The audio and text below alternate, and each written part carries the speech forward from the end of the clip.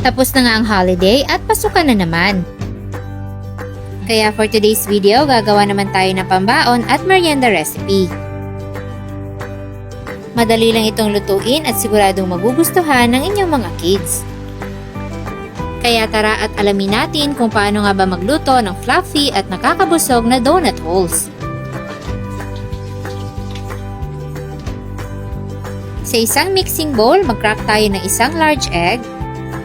Add 3 tablespoon ng sugar, 2 teaspoon ng instant dry yeast, 1 cup ng warm fresh milk. Take note na kailangang warm yung gatas na gagamitin nyo. I-mix hanggang sa ma-dissolve yung sugar. Kapag na-dissolve na ang sugar, i-add na natin ang 3 cups ng all-purpose flour. At 1/4 teaspoon ng salt. Haluin ito ng mabuti hanggang sa makabuo tayo ng wet crumbs.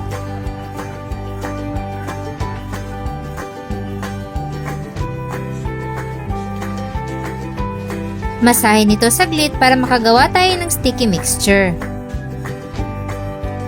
Saka tayo maghahalo ng 2½ tablespoon ng butter. Then masahin ito sa loob ng 8 minutes o hanggang sa maging smooth na yung ating dough.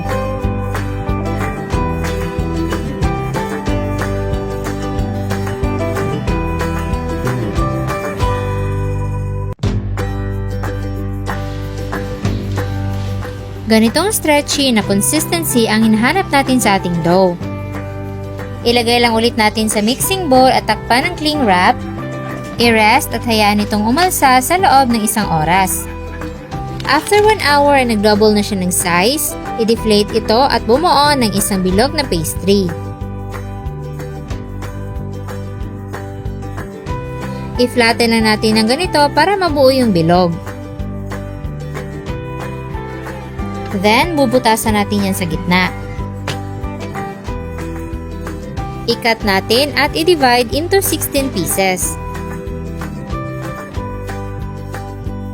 Kuha tayo ng isang part at gagawa ulit tayo ng maliliit na bilog. Itong mga bilog na nagawa natin ay tatakpan lang natin ng cling wrap or tela at i-rest lang ng 10 minutes. After 10 minutes, umalsa na ng kaunti yung ating dough. I-flatten uli natin at gagamit tayo ng nozzle tip para pambutas sa gitna ng ating donut. Kung wala naman kayo nito ay pwede kayong gumamit ng ibang pambutas. After nyan, pwede na tayong mag-deep fry sa medium-low heat setting. Kailangan hindi masyadong malakas yung apoy para hindi madaling masunog yung ating donut. Kapag na golden brown na yung ilalim, ay i-flip naman natin sa kabilang side.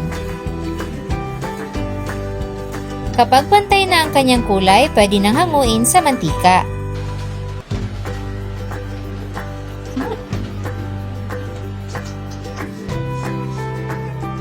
Gagamit tayo ng white sugar para sa sugar-coated donuts.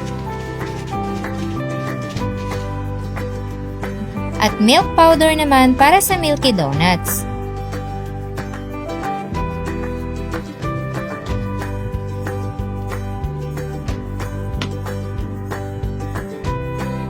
Ayan, at ready na for eating ang ating homemade donut holes.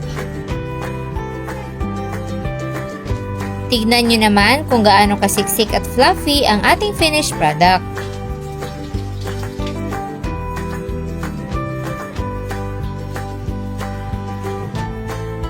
Sana ay nagustuhan nyo ang ating donut recipe for today.